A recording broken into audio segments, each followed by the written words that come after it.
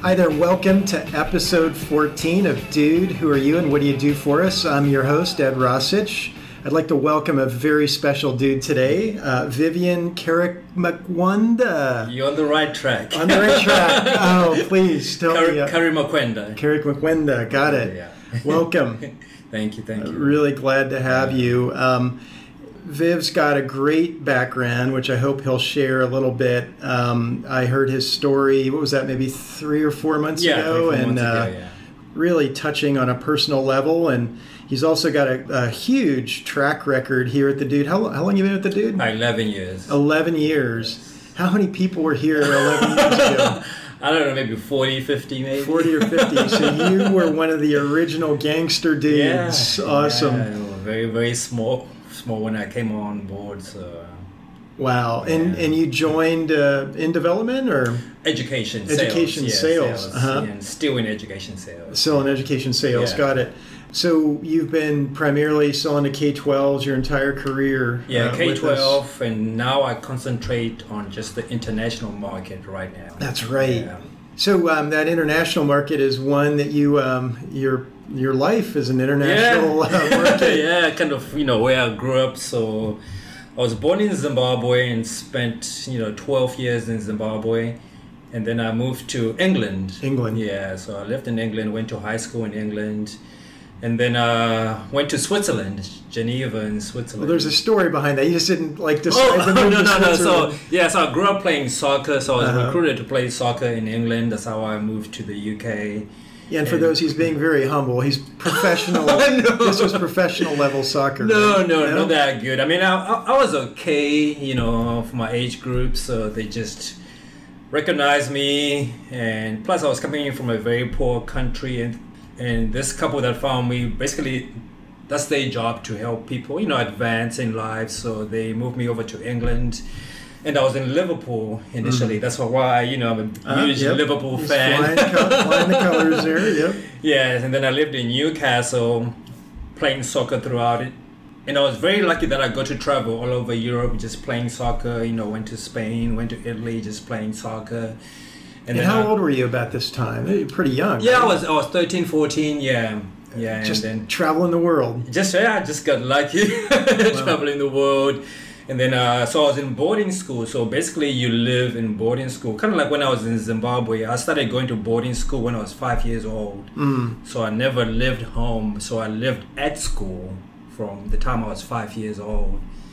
So it's kind of a little different from here where people go to school and live at home. So from 5, I was on my own from 5 years old. So that's crazy. Kind of learn the ropes on your own, you know. So it was basically like a military school where they teach you how to make your bed, how to polish your shoes, how to basically do everything from the time you're 5 years old. Wow. Yeah. So. And how long did you do that sort of road travel with the soccer stuff? I did it for 8 years. 8 years. Yeah, and then ended up in Geneva, Switzerland, where I spent basically about a year. Yeah, and then I moved to the States and went to school at East Carolina University. Mm-hmm. What brought you to East Carolina? Just put your finger on the map and say, basically, that was it. I'd never been to America before, never knew what ECU looked like. In fact, I thought it would be like New York City, but I had no idea what it was. Not so much. It was not so much. But it was a good experience. Got to meet lots of wonderful people. Mm-hmm. And what'd you study? Economics. Yeah, economics, yeah. Were you thinking about getting into banking or? Actually, that's what I did initially, but then, the market kind of crashed in 2008. That's how I came to SchoolDude, actually. Got it. Yeah. Because I played tennis as well. Mm-hmm. So I bumped into Sandy King, who works here too. Right, Sandy. And we played on the same team, and she's the one who kind of recruited me to come and work at SchoolDude. Wow. Yeah. So. And so what year was that? 2007. 2007. Yeah. And so that's that whole 11 years thing. So tell me about how your career progressed. You've been here that long.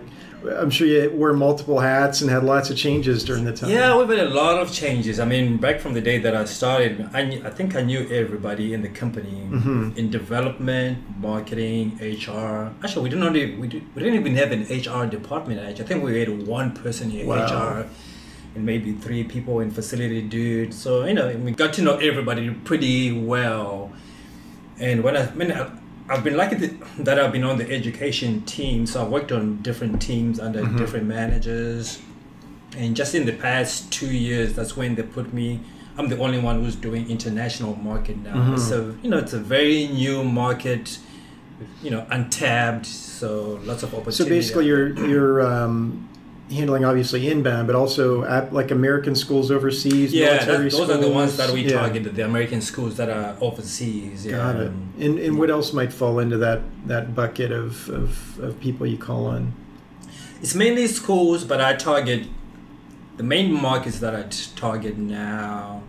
The Middle East. They have a lot of schools and a lot of money, and Europe and South America as well. Those are the main 3 that I target. Yeah.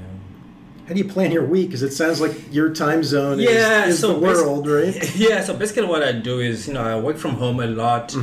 So on a daily basis, like let's say on a Tuesday, Wednesday, or Thursday, I try and get up as early as I can, like 5 in the morning, so I can work from 5 a.m. to like 12 p.m.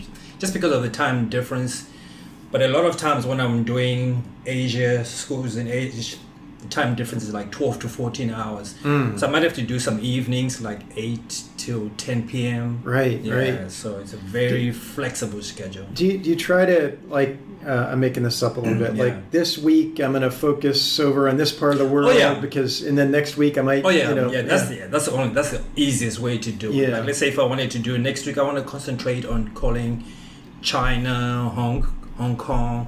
So schedule my week that I'm going to work from 8 p.m. till midnight, 3 nights a week.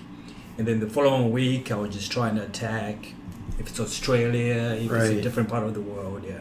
That's cool. Yeah. How big of a factor is language in that role? Or maybe a good place to start is, do you speak multiple languages? Well, I speak 5 languages. But really? What do you speak? So I speak English, or I try to speak English. Yeah, don't we all? Yeah. So in Zimbabwe, we have a language called Shona. That's the main language, and Ndebele.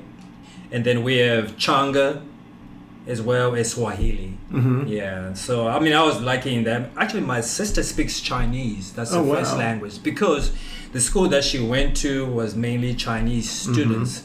So that's how she just picked up Chinese like that. And that's actually her first language. Even though she speaks multiple languages, but Chinese is her first language. Wow. Yeah. So I took you off track. Like, you speak 5 languages, but like, how big of an obstacle, or is it any obstacle at all?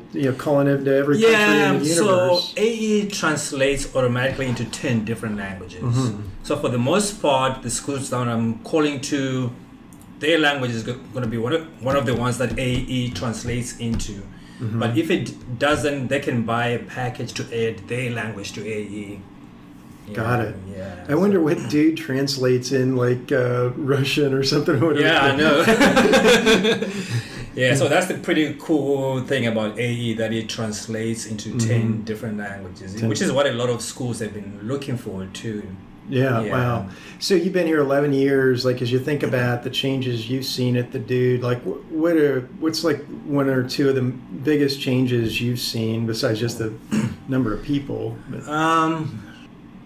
Well, there's been a lot of change, not just people, but just process change. Because, for a long time, we just did, the same processes over and over again. But now as we grow, we have to adjust to the times now. So there's just been a lot of processes change. Yeah. So. Yeah, that happens as companies get bigger. You have to put a little bit of process and repeatable workflows and things like that. Do you have any funny stories about your career? Like, oh man, I can't believe that time when Grace did whatever. Trying to think, gosh. Because back in the day, we used to travel a lot. We used to be on the road a lot. And I remember, because my territory used to be West Virginia. West Virginia. Yeah, so I remember going to West Virginia. I can't remember the name of the town. It was West Virginia, and then a town called French Lick. Indiana. I never even heard of it. Home of Larry Bird. Larry Bird, exactly. Yeah. But when I went to West Virginia, the town that I went to, honestly, I don't think they've ever seen a black person in their lives. But honestly, I remember walking in, I went to a restaurant, and everybody just looked, but I'm comfortable. It doesn't bother me anyway. Right. Yeah, you've been around the world. Yeah. So plus they're like, this guy has an accent. They just couldn't pinpoint where I'm from. But I just take it all in stride, and had a good time, So that's good. Wow, that could have gone a couple of ways. Yeah, it could have gone a couple of ways, but I just took it in stride and ended up having a good time. Awesome. Yeah. So very, very good. So you were telling me before we got live here, you run 5 miles a day?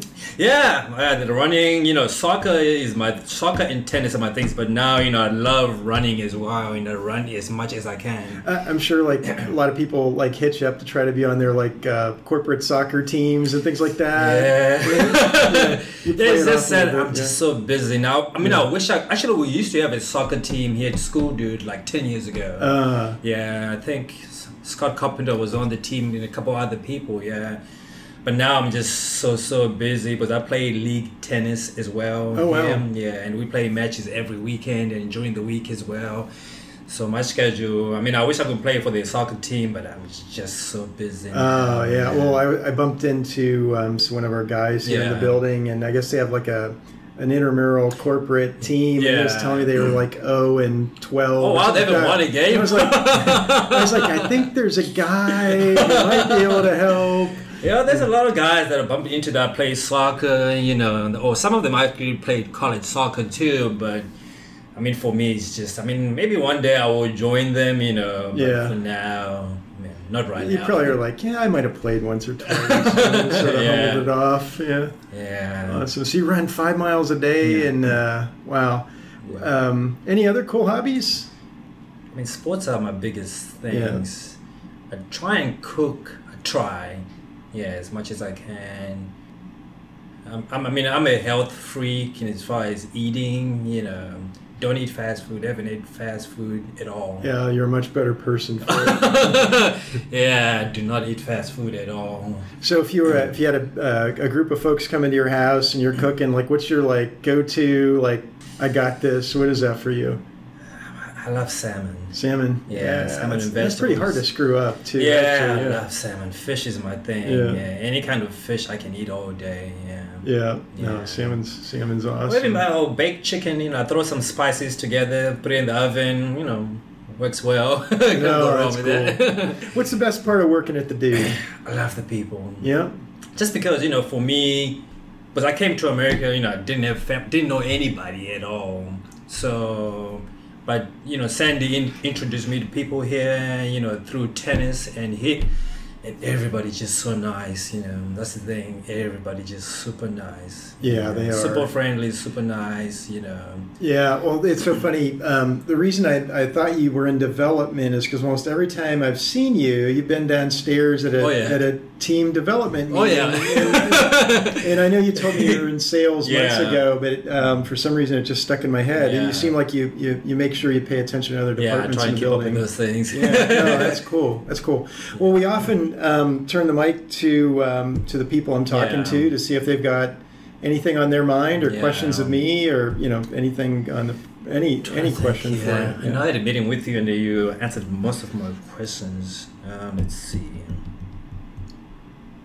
What's been your best part about being a part of the Dude since you came here? Yeah, I wish I had just one thing I'd say, but I went through this process when a year or so ago when I was evaluating whether I wanted to come here or not.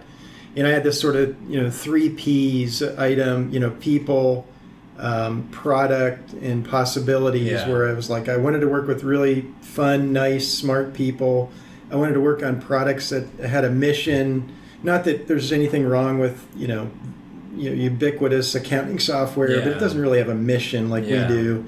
And then the possibilities, I wanted to work for a place that had a lot of growth in its future. And, the best thing for me has been, checking the boxes in all 3 of those for this year. The people were better than I thought. The products serve a better mission than I thought. And then the opportunity ahead of us is bigger than I thought. So, I know it sounds like a answer I've rehearsed and all, but I really believe that because it's the truth. Had you been down south before? Or? I did. I was actually, this is my second stint in the South. My first run was at a company called Blackbaud in Charleston, South Carolina. Charleston, okay. This is back 2000 2005 or something like that. So although most of my technical career has been on the West Coast, or even a nice little stint in Toronto, I've been in the Southeast a couple of times now. Yeah. I like the weather here. The weather, so you can't beat the weather. Especially this time of year. It's perfect. Yeah, I love the weather too. It's perfect for running as well. Especially nice this time of year. Yeah.